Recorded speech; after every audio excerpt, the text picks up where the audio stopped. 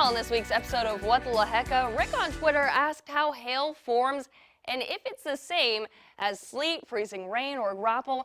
And those are different. This forms in a different way, and this can happen in any season, whereas sleet, freezing rain typically is in the winter.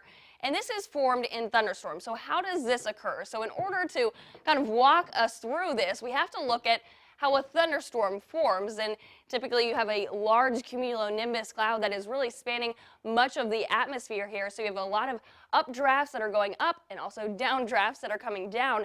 And hail is formed kind of in the middle of this, and air gets cooler the further you go up in the atmosphere. So in this area, it is freezing, even though sometimes at the ground during a thunderstorm, it can be 70, 80 degrees, so well above that freezing mark. But as the air droplets travel upwards, they freeze, and then more water droplets can form onto them after they've already froze. And then once they get too heavy, they fall to the ground. But once the air at the ground is about 70 or 80 degrees, it melts pretty quickly. So that's how they can form in the middle of summer, but really when you have thunderstorms any time of the year, you can also have hail form.